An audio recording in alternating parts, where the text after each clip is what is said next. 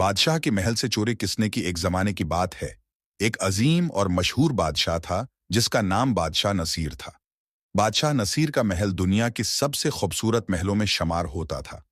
महल में हर किस्म की दौलत थी, सोना, चांदी और कीमती मोतियों से भरा हुआ था।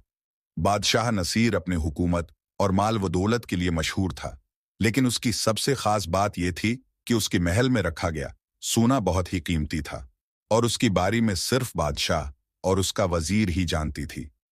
बादशाह नसीर का सोना बहुत ही कीमती था और उसकी ताकत व अहमियत के बारे में हर कोई सोचता रहता था। महल के अंदर सब कुछ था, लेकिन एक चीज थी जो सबकी नजर ही नहीं थी, से छपे हुए थी, बादशाह का सोना।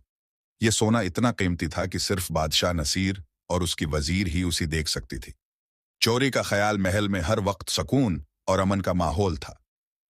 हर शख्स अपने काम में मसरूफ रहता